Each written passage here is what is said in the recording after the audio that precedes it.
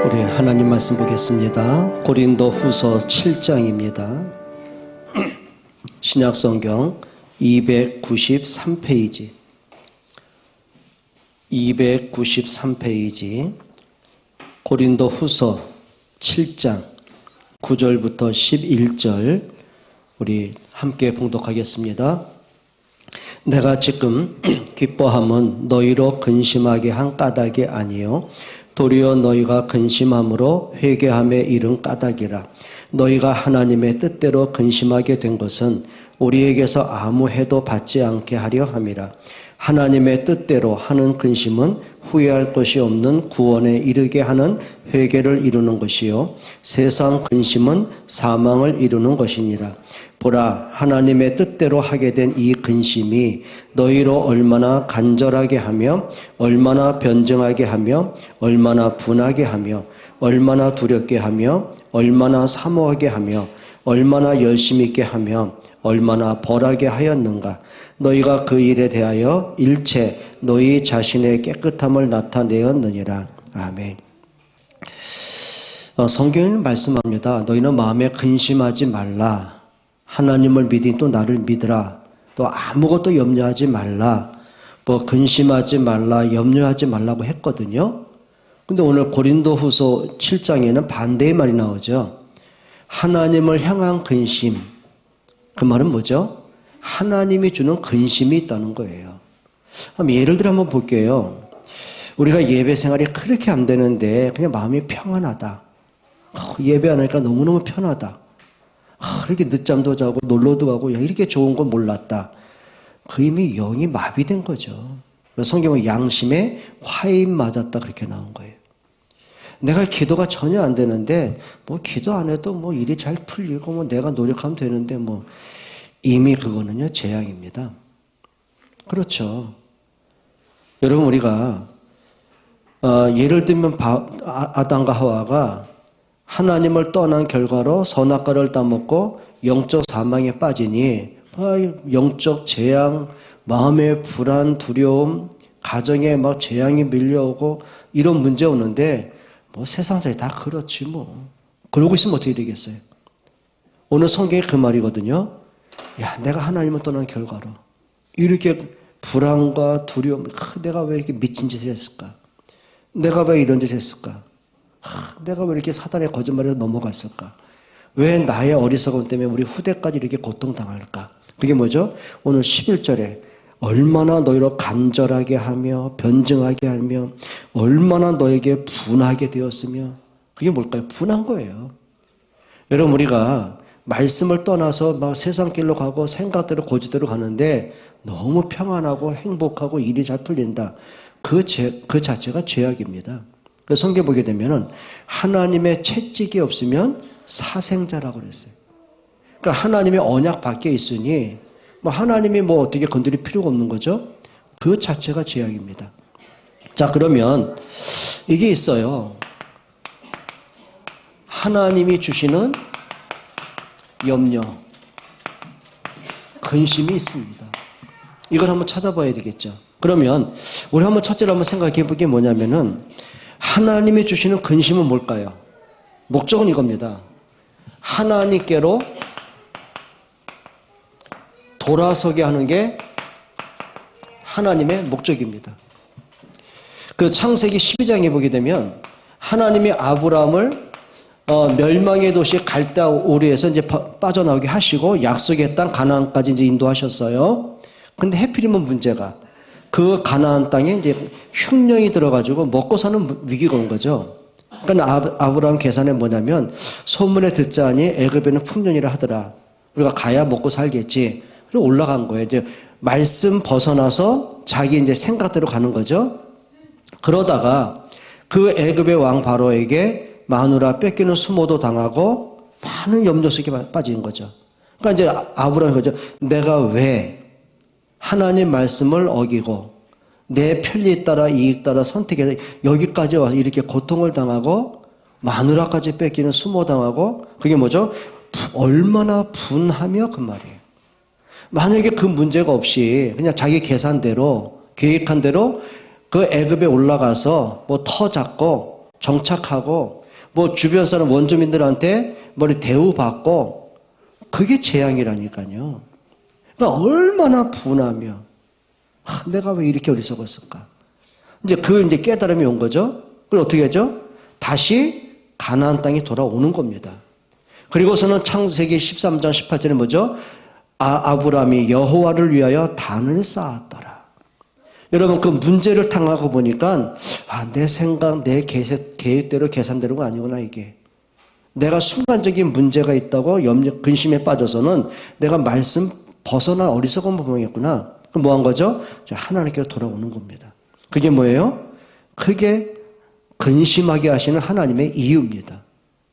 자, 또 성경에 보게 되면 야곱이 얼마나 자기 동기, 야망에 불탑니까? 하나님도 이용하고 아버지도 속이고 형도 속이고 그렇죠. 모든 사람을 속여서라도 내가 원하는 여자를 아내로 맞이하고 내가 원하는 재산들 내가 가져야 되고 이게 목적인 거죠.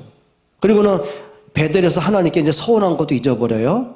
하나님이 나를 평안하게 돌아가게 하시면 이 터가 하나님의 성전이 되게 할 것이고 내가 하나님께 온전한 11조 하겠습니다. 근데 이제 하나님이 그에게 원하는 거 다 주시고 이제 가나안 땅에 다시 돌아오는 거죠. 근데 문제가 생긴 거예요. 불안한 거예요.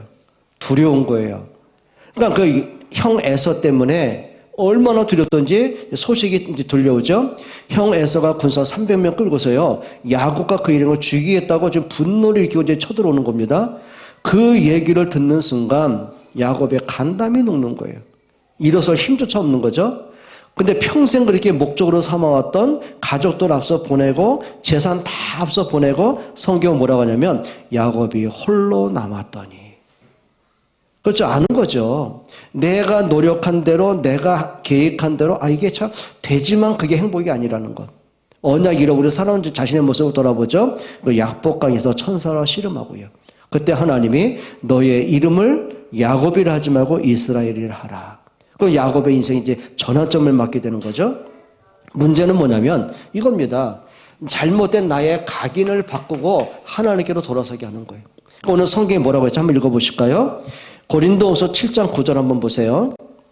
내가 지금 기뻐함은 너희로 근심하게 한 까닭이 아니요 도리어 너희가 근심함으로 뭐함으로? 근심함으로 어디에서요? 이겁니다. 회개함으로 회개하는 거죠. 회개는 뭐죠? 하나님께로 돌아서는 거예요. 그리고는 후회할 것이 없는 뭐에 이르게 하도록 구원에 이르도록 이게 하나님의 목적입니다. 그래서 여러분들이 오히려 여러분들의 근심하는 것이 대다수는 무슨 것입니까요? 뭘 먹고 뭘 입고 어떻게 살고 애들 어떻게 가르치고 어떻게 또 이거 꾸려나가고 어떻게 문제 해결하고 어떻게 또 우리 미래 노후 보장하고 거의 염려 그거 아닙니까? 염려가. 단 한 번도 우리가 정말 어떻게 하면 우리가 아이들한테 언약 전달하고 우리 아이들이 정말 예배하게 만들고 정말 내가 하나님 앞에 서고 하나님 오늘 내게 무슨 말씀을 주셨을까? 그걸 근심하고 기도하고 여러분 이 상태를 바꾸셔야 되는 거예요. 그래서 하나님이 우리에게 근심하게 하시면 하나님이 주는 근심은 뭐라고요? 하나님께로 돌아서게 하는 거예요. 자, 두 번째로요.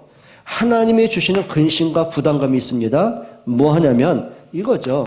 복음 바르게 깨닫도록. 종교가 되면 안 돼요. 교리가 되면 안 되고 율법이 되면 안 되고 복음 바로 깨닫도록요. 그게 응답이죠. 자, 하나님이 모세로 하여금 출애굽기 3장까지 인도해 오신 거예요. 그리고는 80세가 된 거죠. 모세의 근심은 그겁니다. 내 인생 이걸로 끝나는 건가? 내 인생 이걸로 끝나는 건가? 왜 하나님 나를 안 도와주셨을까? 내가 왜 그때 순간 감정을 억누르지 못하고 그렇게 애굽 사람 쳐 죽이고 내가 이렇게 지명수배라고 여기까지 도망쳐서 이렇게 허송세월하고 마지막 죽어갈까? 얼마나 자기 자신 초라하고 비참합니까? 근데 중요한 게 있어요. 하나님이 모세로 하여금 막 자기를 돌아보게 하시는 거예요. 그러고 나니까 뭐가 깨달은 거죠? 내가 지금까지 출애굽기 3장 18절 피 언약을 하나의 종교로 그냥 전통 의식으로 종교 행위로만 이해했구나. 하나님은 번제물 피의 제물을 통해서 그리스도의 십자가의 언약을 깨닫게 하셨는데 이제 그걸 시작하는 거죠.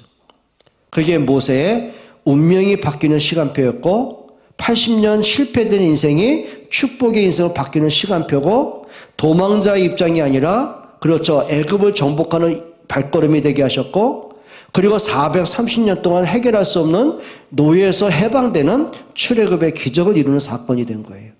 언제 시작한 거죠? 피 언약 바로 깨달았을 때요. 그게 응답입니다.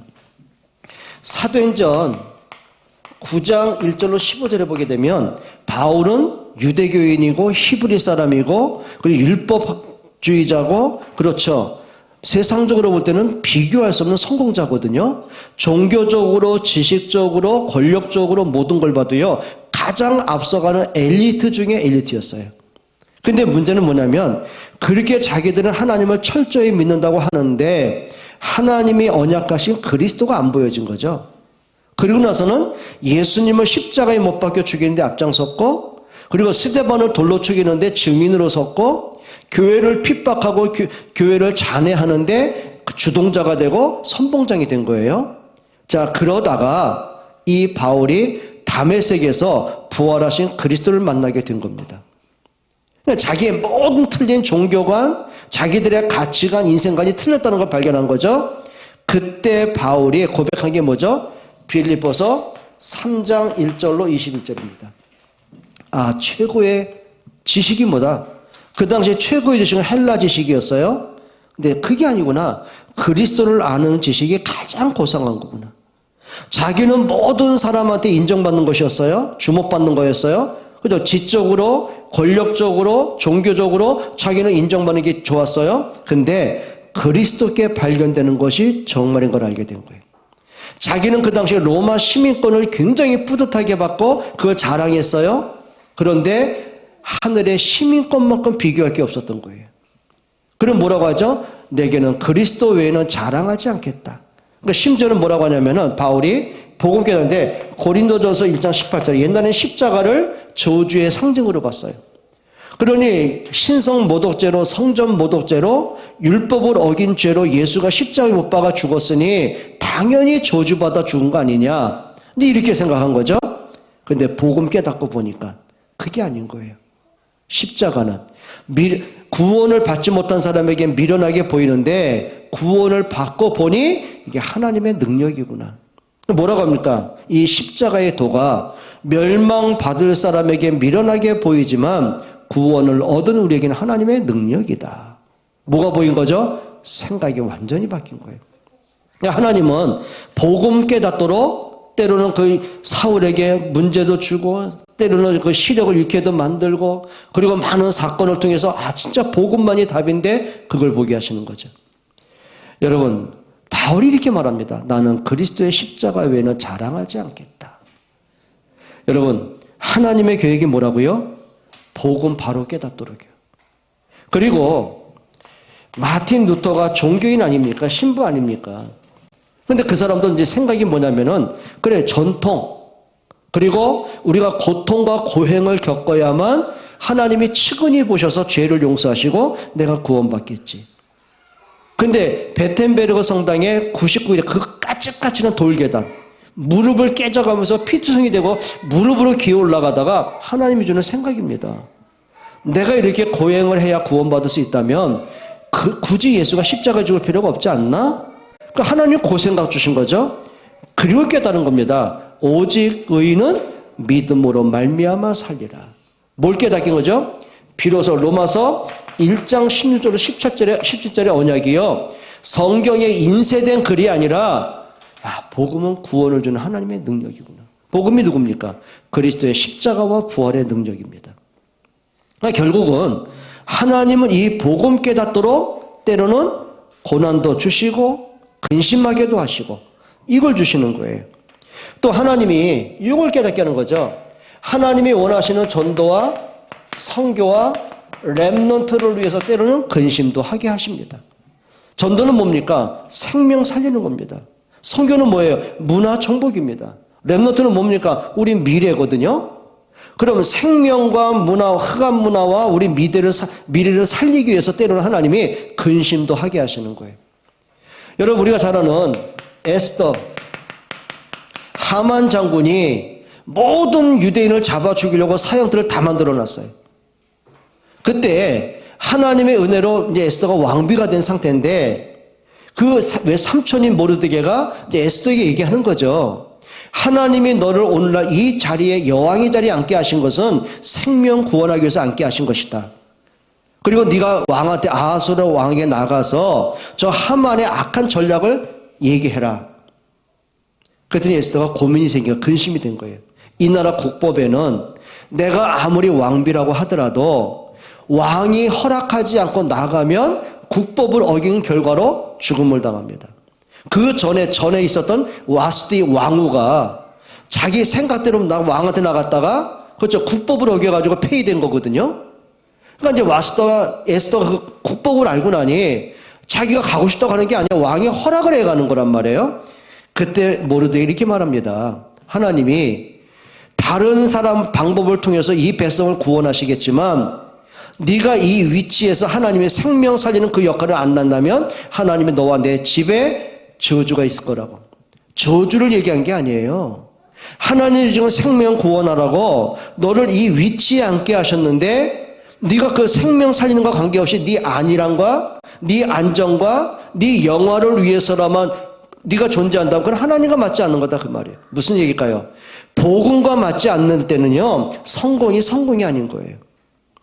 그러니까 결국은 에스더가 깨닫는 거죠. 모든 백성들은 나를 위해서 3일 동안 금식해라. 내가 3일 후에 하나님께 기도 후에 내가 왕 앞에 나가면 내가 죽으면 죽겠다. 그때 하나님이요 에스더를 통해서 하만을 멸하시고 그리고 이스라엘 백성의 생명을 살리십니다. 그 절기가 바로 불임절입니다. 그러니까 중요한 건 뭐냐면 하나님의 나를 이 위치에 앉게 한 것은 생명 살리라는 거구나. 그게 답이죠. 우리가 잘 아는 열왕기상 18장 19장에 나오는 오바다, 이 사람은 정치인입니다. 능력 있는 사람이고 완전히 성공한 사람이고 그때 가장 악한 왕 아합과 간사한 이세벨 여왕도요 인정하는 그런 인격의 사람이고 실력 있는 사람이었어요. 근데 문제가 생긴 거죠. 자, 아합 왕과 이세벨 여왕이 자기들이 원하는 우상 신자 뭡니까? 그 우상들을 섬기게 되는 거예요. 그게 바알과 아시라 신전이죠. 그러니까 백성들이 하나님이 아닌 바알과 아사라를 섬기도록 경배해야 되는데 선지자들은 막 외치잖아요. 그러니까 이세벨 여왕이요 선지자를 다 잡아 죽이는 거예요. 그때 오바다가 눈치 빠른 사람이고요 정치 색깔이 분명하고 어떻게 해야 성공한다는 걸 아는 사람이에요. 그런 사람 아닙니까? 그러면 만약에 오바다가 내가 살려면 내가 더 왕한테 인정받고 출세하려면 어떻게 돼요? 선지자 잡아 죽이는 정책에 앞장서야 돼요. 그런데 반대로 간 거예요. 하나님의 나를 이 자리에 있게 하신 것. 그리고는 선지자 100명을 50명씩 굴에 숨기고 3년 반 동안 먹이고 입히고 보살핀 거예요. 가능할까요? 전에도 말씀드렸는데 누군가가 한 사람을 숨겨도요 이목이라는 게 있잖아요. 언젠간 발각이 되는 거예요. 근데 100명을 숨겨서 보호한다? 얼마나 갈까요? 이게 얼마나 갈까요? 그럼 발각되면 선지자 100명만 죽이나요? 아니요. 국법을 어긴 오바다가 목이 달아나고 그 가족이 다 몰살되는 거예요. 계산하면 못할 일이에요. 그런데 하나님이 나를 이 자리에 앉게 하신 것은 오늘날 이런 축복을 내게 허락하신 것은 이 역할을 누군가 해야 되는데 그게 나였다는 거예요. 그러니까 하나님 앞에서 보는 거죠. 그리고 엘리야가 이제 오바다를 부릅니다. 그리고 말하죠. 왕에게 가서 얘기해라. 그러니까 오바다는 얼마든지 왕을 늘 만나는 관계니까 가라. 그리고 하나님이 참신인지 저 바알과 아사라가 참신인지 우리 한번 영적인 싸움 해보자. 갈멜산으로 와라. 그걸 아합에게 말하라는 거죠. 순간 이 오바다가요 근심을 하는 거예요. 걱정하는 거예요. 아니 지금 선지자께서 알다시피 지금 아합 왕은 당신을 찾기에 혈안이 돼 있고 당신이 어디 있다는 것을 정보가 와서 가면은 하나님이 당신을 어디론가 당신을 옮기게 됐는데 그럼 하나님 또 당신을 또 옮기시면은 내가 거짓말로 내가 죽음을 당합니다. 그리고 나서는 이제 오바다가 생각을 바꾸기 시작하는 거예요. 그리고 아합을 찾아갑니다. 엘리야의 말을 전합니다. 엘리야가 이렇게 말합니다. 갈멜산에서 엘리야 혼자와 바알과 선지자, 아사라 선지자 850명이 한번 제사를 드리게 합시다. 그리고 그 제물에 불이 내리게 하는 신이 참 하나님이심을, 그 영적 전투를 아합에게 얘기한 거예요. 그럼 아합이 그 말 듣고는요, 자신이 있을 거 아닙니까? 아니, 850명이 한 사람 못 얘기했어요? 그리고 나서는 엘리야의 제단에, 제물에 하나님의 불을 내리시고 그걸 다 태워버리고요. 근데 아합이 자신감이 있었던 그 바알 선지자, 아사라 선지자 850명이요. 밤을 새워가면서 자기 몸을 자해하면서 바알에게 비는데, 됩니까? 이게 죽은 신한테. 그리고 엘리야가 850명을 멸하고 백성들로 하여금 하나님이 참 하나님이심을 증거하게 하죠. 그 역할을 누가 했다고요? 오바다가 하는 거예요. 그러니까 결국은 하나님이 백성들에게 복음 전하고 하나님 떠나는 사람들이 하나님께 돌아오게 만들고 우상을 버리고 생명 얻게 만드는 그 역할, 그게 오바다가 한 거예요. 우리가 잘 아는 요셉 같은 경우는 어린 나이에, 그렇죠, 노예로 팔려고 감옥에 갔지 않습니까? 근데 요셉이 이걸 본 겁니다. 창세기 45장 5절로 8절을 본 겁니다. 하나님이 나를 애굽의 노예로 보내신 이유도, 감옥에서 보게 하신 것도, 그리고 노예 출신 감옥에 있던 나를 하나님이 대제국 애굽의 총리가 되게 하신 것도 세 가지 목적이었어요. 그게 뭐예요? 생명을 구원하게 하시려고, 그리고 큰 구원을 이루시고 우리 후대 이 땅에 두시고, 그게 뭡니까? 구원은 뭐죠? 그게 전도입니다. 가족만 살리는 게 아니죠. 큰 구원은 뭐죠? 애국과 세계입니다. 그게 선교입니다. 당신들의 후대를 두시려고, 그게 바로 우리가 말하는 렘넌트입니다. 그러니까 이 요셉이요, 그 과거의 문제를 보면서 하나님의 계획을 봤어요. 그리고 자기는 이제 세상 말로 하면 출세한 거 아닙니까? 고생 끝 아닙니까? 근데 고생 끝 출세 때문에 감동받은 게 아니고요, 하나님 나를 이 자리에 앉게 하신 것은, 그래, 생명 구원하라고 하나님 나를 이 자리에 앉게 하셨구나. 뭘 본 거죠? 하나님의 원하시는 전도와 선교와 렘넌트, 그걸로 인생의 해답과 결론을 내린 거예요. 여러분, 하나님이 때로는 근심 주십니다. 그 근심을 거부하면 안 돼요. 단순한 육신적인 근심이 아니에요. 거룩한 근심들이 있습니다. 내가 말씀과 반대로 갔는데 평안한 게 재앙입니다. 근데 뭔지 모르게 막 불안, 이게 아닌데 그럼 그 사람은 삽니다. 내가 예배가 안 되는데 너무 평안하다, 시간이 너무 여유가 있다, 그건 재앙이에요. 재앙이라니까. 그런데 마음속에 내가 이 예배상 이게 아닌데, 이게 뭔가 근심이 되고, 그러고 보니까 나 때문에 애들도 예배가 안 되네, 그것 때문에 괴로워하고, 그거는 사는 길이에요. 그건 하나님이 주는 근심이에요. 반대로 아담과 하와에게 사단이 뭐라 했습니까? 안 죽어, 위로해주고. 얼마나 위로가 됩니까? 안 준다니까. 먹으면 눈 밝아져. 소망을 줬어요? 거기다가 네가 하나님이 된다고 해요? 큰 비전을 줘요? 그 위로와 소망과 그 꿈이 진짜입니까? 그게 죽는 거예요. 그런데 깨달아야 되는 거죠. 내 어리석은 결과로 이런 참사가 왔다면 진짜 다시는 우리 후대에게 재앙을 전달하지 말자. 그게 축복이에요. 여러분들에게 정말 복음으로 하나님이 주신 근심을 거역하지 않고요, 근심이 여러분에게 기도가 되고 갱신이 되고 치유가 되고 변화가 되기를 주의 이름으로 축원합니다. 하나님 감사합니다. 하나님이 주시는 생각, 근심이 나한테 부담감, 억눌림이 아니라 생명과 기쁨과 행복이 될 수 있는, 하나님께로 돌아서고 복음으로 회복하고 하나님 나라 이루는 축복의 근심이 되게 하옵소서. 예수 그리스도의 이름으로 기도합니다.